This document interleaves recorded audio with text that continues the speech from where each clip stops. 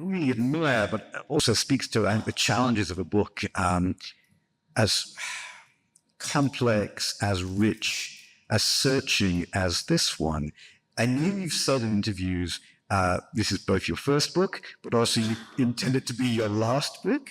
I think that's partly, it took a long time to write, about 10 years or so. I think that moment when you were reading Maxine, when you were traveling by bike, was in 2015, I think, if I'm remembering correctly. I'm sure it was a difficult book to write in lots of ways. I know there's I think a point where you were talking about losing friends when you were also out doing research in Hong Kong, which was something incredibly difficult as well. Your grandmother had passed away a little bit before you were engaged in this space. I guess I'm filled with admiration for writers who typically are out there. So I sympathize with that feeling of, can't do this again. But I was curious if you could reflect on that a little bit. Is that a hard thing? Is it a thank God for that? I'm just curious.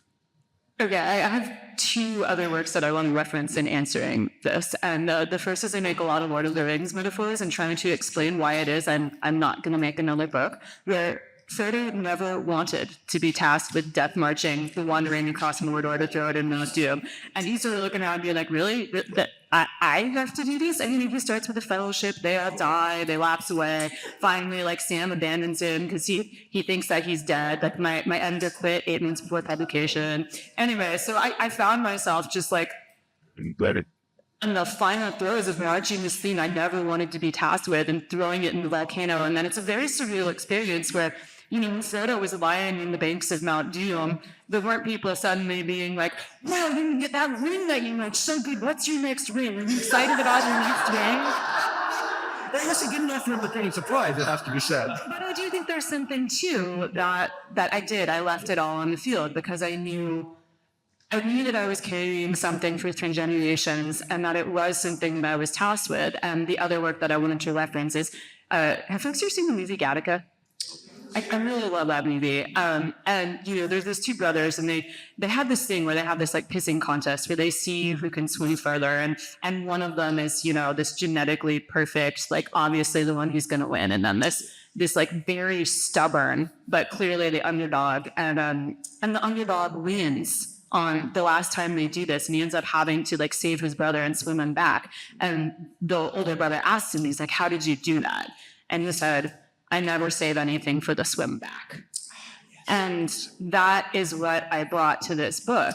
And while I was making it, the full time that I was making it, I knew that I was making something to free my family's ghosts. And the image that became the cover, I talked about how when my grandmother died, it was as though the temple that my mom worshipped at had burned down.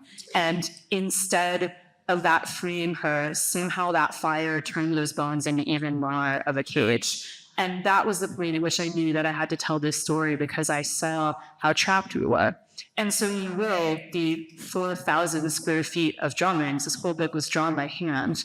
I felt like I was making a tempo and I was making every detail, every dovetail joint as immaculate as possible as an act of homage. But I knew from day one that I was building it to burn it down. And I think that's what's different is most people, they saw me building this beautiful structure and they thought that I was building something to live in. And I knew, but it was something that was going to burn.